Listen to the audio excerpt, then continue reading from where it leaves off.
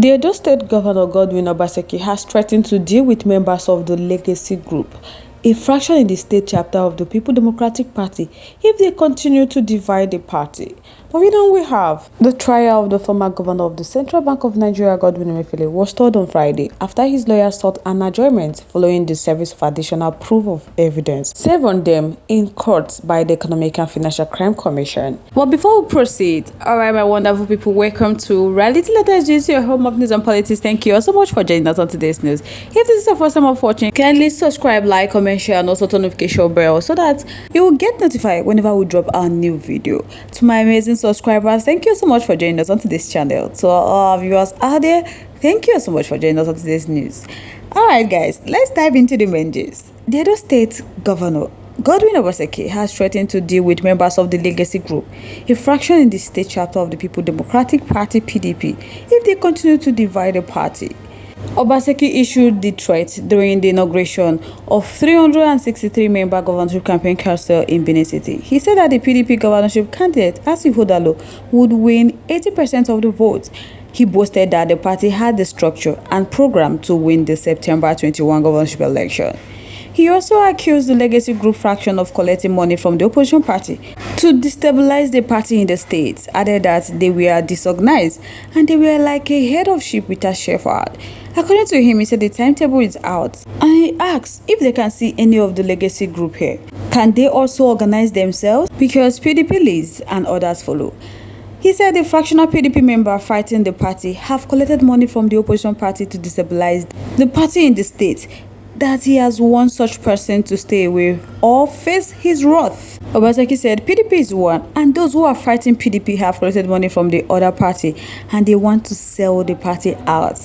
He urged the members to join him so that they can flush them out of the party, because they are not going to allow anybody to divide them. That they are one party and they are one indivisible party in Edo State. He said the money they have collected is enough for them, so let them go and enjoy it and let them go and spend it outside the party. He said they don't have anything to fear. Obaseki said he will fight them if the Legacy Group try the party, and he will also urge the members to fight them as well. He said those Legacy Group knows that PDP never fights and lose, so let them come and try them. He said they have collected money, so let them stay outside the party with their money, and they should not disturb them because this election is theirs and they are going to win by the special grace of God. Obaseki opined that the main opposition party in the state has no space in Edo politics. He boasted that the PDP has put together hard-working campaign council members. He said that the main opposition party could not destroy Nigerians at the center, and they still want to destroy the people of Edo State. That by the special grace of God, this campaign council will deliver nothing less than 80% of their votes. That they cannot find opposition party anywhere. That they have no place here. They can't destroy them at the center, and they want to still come and destroy them here in Edo State. That they will not allow it. That the hunger is too much out there, and they are preventing the hunger from coming into Edo State. He said everybody could see what is happening in Nigeria today, and they can see the suffering in the land, that they can see the struggle in Edo State, but they are trying to pull Edo State out of those problems. So their campaign is going to be based on the hope they will give the people of Edo State. That the campaign is going to be based on what they have achieved and the life they have touched. The campaign will also be based on the future and not the past. Obaseki noted that the structure of campaign council was rooted in all the 192 words across the state, adding that every organ of the party was captured. Earlier, the state chairman of the PDP, Tony Azigbemi, disclosed that the campaign council comprises of 363 members, excluding the women and youth wing. Tony tasked the member of the campaign council to go into the nooks and crannies of the state to sell the party candidates. He noted that Edo is PDP. The Director General of the State Campaign Council, Matthew Iduorokenwe, in his acceptance speech, thanked the governor and the PDP faithful leaders for the opportunity to serve the party. He promised to lead the party to victory come the September 21 governorship election. As to Hodalo, the PDP governorship candidate, also thanked the party faithful leaders for confidence reposed in him. He said that Obaseki had laid a functional foundation in every sector that he would build upon. My people, don't be small matter. May me know what I think about this matter in the conversation, because the way things they go for Edo State, we don't know whether PDP go get small votes come this 2024 general election. Let me know what you think about this in the comment section. Moving on to the next one. The trial of the former governor of Central Bank of Nigeria, Godwin Emefiele, was stalled on Friday after his lawyer sought an adjournment following the service of additional proof of evidence served on them in court by EFCC. The trial judge, Justice Rahman Oshodi, granted the adjournment after he agreed with the defense team that the reason given for the adjournment had merit. The judge adjourned till midnight for a continuation of the cross-examination of the second prosecution witness, John Ayo, a former director of information technology of the CBN. Emefiele is facing a 26-count charge before the court alongside his co-defendant Henry Omoyele over allegation of $4.5 billion and $2.8 billion fraud brought against them by EFCC. During their arraignment on April 8, they had both pleaded not guilty to the charge. At the next sitting of April 12, the court subsequently commenced trial with the testimony of the first prosecution witness, a staff of the CBN, Monday Osazua, who told the court how Emefiele on different occasions directed him to collect millions of dollars in cash. The second prosecution witness commenced his testimony on April 29, and Justice Oshodi adjourned the continuation of the trial to May 9, 2024 for a continuation of his testimony under cross-examination.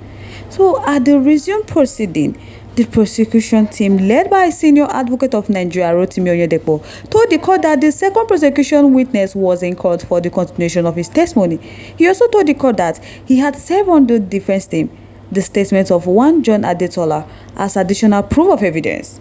But counsel to Emefiele Olaleko Ojo-San raised objection. He told the court that Emefiele had not seen the document just served on him by the prosecution, and he urged the court to grant an adjournment to enable him to study the documents and adequately prepare for the defense of his client.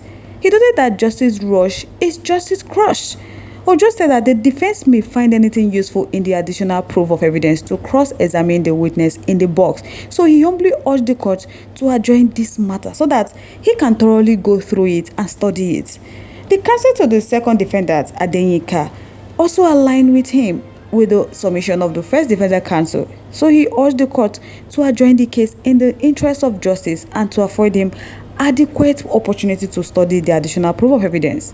So he asked the court not to entertain trial by ambush, and they should put a stop to it. He also applied to his lordship to mandate the prosecution to supply all the relevant materials in the spirit of fairness, so he urged the lordship to adjourn the case. But the prosecution counsel Oyedepo vehemently objected to the request for an adjournment by the defendant.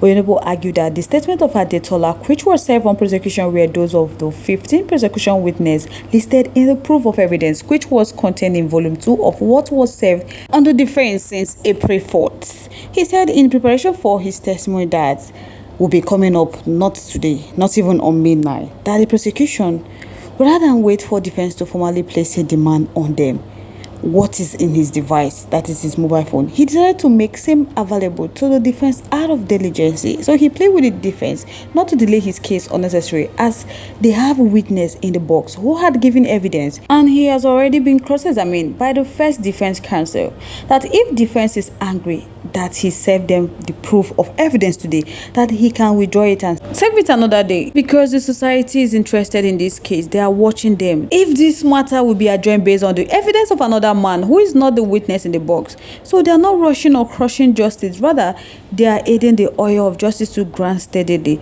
The expeditious determination of the case is of the utmost importance, so he urged the lordship to allow the cross-examination. In his ruling, Justice Oshodi said that he has considered the submission of the party and he was satisfied with the reason given by the defense for the adjournment.